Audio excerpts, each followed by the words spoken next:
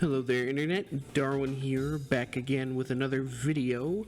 Today we're going to be doing something different, a little bit of an essay type video without the essay and the script. So, I lied to you. I'm just going to ramble, but with better editing. Better editing this time. Today I'm going to be talking about Rare. You may know them for the games such as Donkey Kong, Banjo, Conquer, Viva Pinata, Cameo, Perfect Dark, yada yada yada, you get the gist.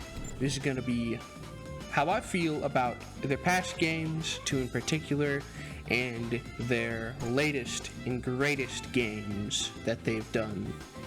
And also how I feel about Rare post Microsoft buying them. So, let's start off by talking about one of the greats, Banjo-Kazooie.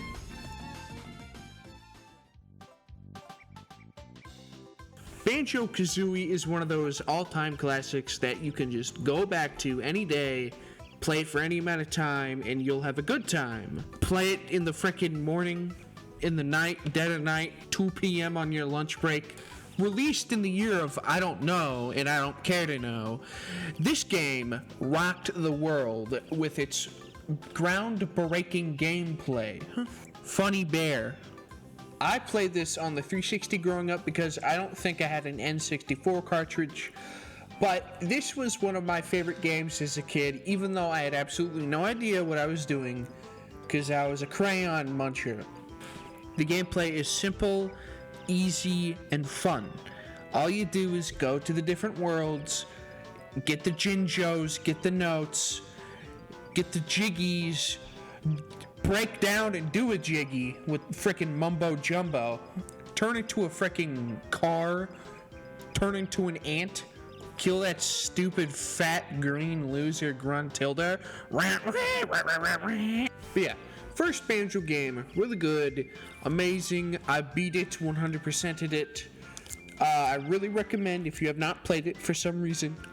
Now a little bit on to the next game, Banjo-Tooie. It's a bit larger, the levels are more open, and they connect to each other, some of them at least. I didn't beat it. It's very big and intimidating for me, because there's just so much more to it. There's a lot more backtracking to previous areas, a lot more zones. It's just too big for my tiny brain. With that being said, though, Rare really knocked it out the park with the second one. I don't know if people like it more than the first one. They might. I don't know. I'll get back to you on that, never. But yeah, it was really fun. More moves, a lot more stuff to it. Mumbo Jumbo controls things instead of turning you into like weird animals. It's a lot more fleshed out. They put a lot more thought into the gameplay. Things were so simple back in the days when they were with Nintendo. I, of course, was not alive for that, but I've been told. Anyways, let's move on to my other favorite game by Rare for the N64, later remade for the Xbox.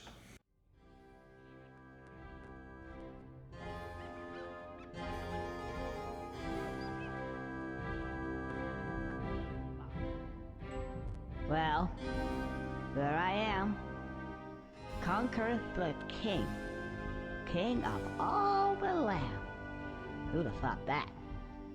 But how did I come to this, may you say? And who are those strange fellows that surround my throne? May you also say? Well, it's a long story. Come closer, and I'll tell you. It all started yesterday. And what a day that was. It's what I call a bad fur day.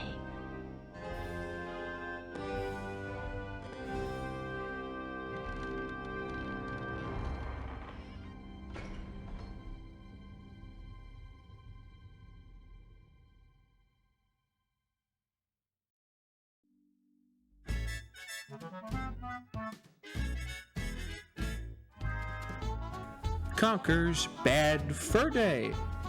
Another great game, another banger by Rare. Released in the year, don't know, don't care. You play as a silly little squirrel named Conker, surname the Squirrel. I can tell you a lot more about the story than I can Banjo. For starters, you are a hungover squirrel who is trying to find its way home to his girlfriend. Throughout the game, you will find yourself in many instances where you think to yourself, what the frick were they thinking? And the answer to that question is yes. This is one of the wackiest games for the N64, and it was one of my favorites growing up. I've played it a lot over the years, but I've only beaten it once, and that was last year. I beat it for the first time. There's some more bits to the story, being a giant Panther King wants to turn you into a leg for his table so he can put his drinks down. He also has a German legless scientist who has an insane robo eye. He makes teddy bears that kill you. Some of my favorite bits of the story involve killing a bunch of cows by feeding them prune juice and ramming a bowl into them. Also, how could you forget the great bits like blowing up a fat rat with stinky cheese, or watching a pitchfork try to hang itself and fail because it doesn't have a neck? Or how about killing your ancestor who is a vampire? And don't forget the legend himself, the great mighty Pooh. So many good things about this franchise, but it's overshadowed by a lot more tragedy than the good times. The ending is not great, as in it's sad. His girlfriend dies, and he becomes king of a land he does not really care about. He just wanted to get home. Now, my most fond memories of this game was the multiplayer on the N64 version, the heist mode, where you play as the weasels trying to steal stuff. That's all I remember. And on the Live and Reloaded port, the remake for the original Xbox, I played a lot of that multiplayer as a kid growing up. It was like Rare's cartoonish Call of Duty. Good stuff all around. And I think Conker Live and Reloaded, it looks so good that it doesn't even need like a modern day HD remake. Now, it would be nice, but in my opinion, it looks good enough to where it doesn't even need one, like Halo 3. Now, let's delve into more of that sadness I was talking about a second ago, because there really is more sad to this game than good. It all started when Microsoft bought Rare. At first, a lot of people weren't sure whether this was a good or bad decision, but Microsoft, they soon swept in and proved to everybody that there were some concerns. So, Conker Live and Reloaded. Did you ever wonder, why did they make a remake for the Xbox? Why didn't they just make a sequel? Well, I got some news for you, pal. Live and Reloaded was the sequel. Microsoft told them to stop making it a sequel and told them to make it a remake for the Xbox. Conker's design in Live and Reloaded is the exact design they were making for Conker for the sequel, Conker's Other Bad Day. We also have some story details and the concept art for the intro level to the game.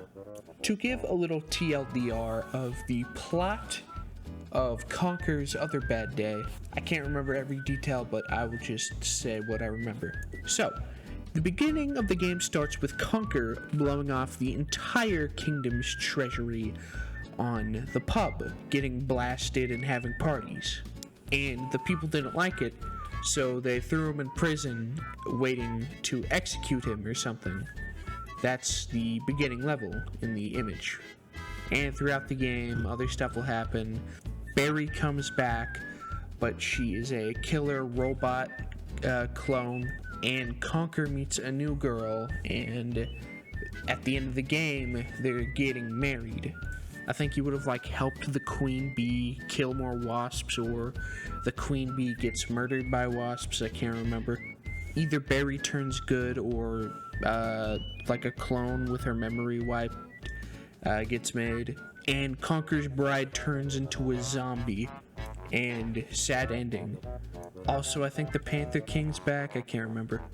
There is a full video made by somebody who broke down all of the story, all the characters, everything that would have happened in the second game. Not only that, but the acquisition also affected their other games, such as Cameo, Banjo 3, stuff like that. I heard Cameo was going to be on the GameCube, and apparently it was going to be very different than the game that released on the Xbox. And for Banjo 3, we all know how that turned out. Personally, I like nuts and bolts, but I agree that it is definitely not the Banjo 3 we all deserved. So many things promised, so many things we could have gotten, should have gotten, we never got. Is this because people at Rare are leaving and new people are being employed? Is it Microsoft taking control? Who knows? What I do know is ever since Microsoft bought Rare, they've been making games lesser and lesser, and their quality has been spotty, to say the least. Now, I think they have released over about 20 games since the acquisition.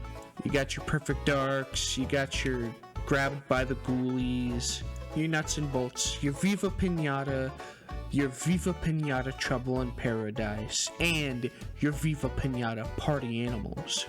I grew up with Party Animals. It's like Mario Kart mixed with Mario Party. And I just looked it up. That isn't even developed by Rare or published by Rare. It doesn't even have their name on it. Now, if there is one thing I do not like, the Xbox 360 Kinect. I lied, I was obsessed with that when I was a kid. But Rare, they were forced by Microsoft to make all the frickin' garbage games for the Kinect. They were allowed to partner with Nintendo for Game Boy games, and that was it. And the rest was history. They pumped out a bunch of mid-games. They never really were the same since back in the early 2000s, late 90s. Until 2015, when they celebrated their anniversary and dropped Rare Replay out of nowhere. Now, there's pretty much nothing new here. It's all their older games, their top games, and some of their original, early days, Atari-style games. It was a epic experience, and it got everybody hyped that, oh wow, Rare's back, right? Rare's back. This is hype. And then they went dead silent for 3 years. And dropped Sea of Thieves. I'm gonna be real. I kinda like Sea of Thieves. I liked it at first. But then after a while of playing, it got old, it got repetitive, and I stopped playing it. It didn't feel like a Rare game. It felt like a modern day Ubisoft game. It has its good moments, but they're often overshadowed by the amount of nothingness that there is. Now, back in the early days, I had a lot of encounters. I've had squads that were 7 different ships. I used to run a crew with, believe it or not, a 60-year-old man. This was his favorite game to play, and I ran into him in a random lobby, and I played with him for a while till my Game Pass ran out. I've not seen that man in years. I don't even know if he's still alive. But overall, I've had more negative thoughts of this game than positive. But I wanted to give the game a fair chance after all these years of inactive play, so I decided to play a session of it recently. I couldn't figure out how to do any of the tall tales, so I didn't do any of that. I went on a good old-fashioned voyage and also came across something I've never seen before. So, without further ado, I will commence with pre-recorded footage of me playing the game. Hope you enjoy, and let's get on with it. So it's come to my attention that my OBS screwed up, didn't record my gameplay correctly, so I'll just briefly tell you what happened. I did a single voyage by myself. It took me 2.5 hours to do the whole thing. I only got half of it done because I just took too long. It was a long trip in between the islands. There was like 4 stuff for me to do on one island, and I got confused with one of the clues, and I stood there looking around for about half an hour till I finally looked it up, realized I was stupid, got the thing. Then I went to the other island, got that done. Just rinse and repeat, confused, looking up clues online. And I went to one of these sunken treasure arenas, and first time I ever did those, it was fun, but most of the time spent playing was just sad, drained, and annoyed, because it's just the Sea of Thieves I remember playing. But yeah. So guys, that's gonna be it for now. I think closing thoughts, Rare aren't what they used to be. They don't make video games anymore. They just make Sea of Thieves DLC and battle passes. They are making 2 games, actually. Perfect Dark Reboot. That's not even being developed by them. I don't even know if they're publishing it. But Rare isn't developing it. And there's going to be a new game called Everwild. I don't know why people are hyped over it. It looks like just a walking simulator or a Viva Pinata type game. It doesn't look that special to me. It looks like a lot of other games that have come out. Yeah, I wasn't too interested in Sea of Thieves. It had a couple good things. I couldn't figure out how to do the tall tales, like I said. I may make a pseudo part 2 and record the Monkey Island DLC to make up for the fact that my footage of Sea of Thieves was lost. Give my thoughts on it and the effort Rare has put into the game. But until then, I'm gonna dip. I've worked so long on this video. You don't want to know how many days I put into this. Well, yeah. Hope you have a good one. I'll catch you in the next video. Make sure to like and subscribe if you have enjoyed. Farewell.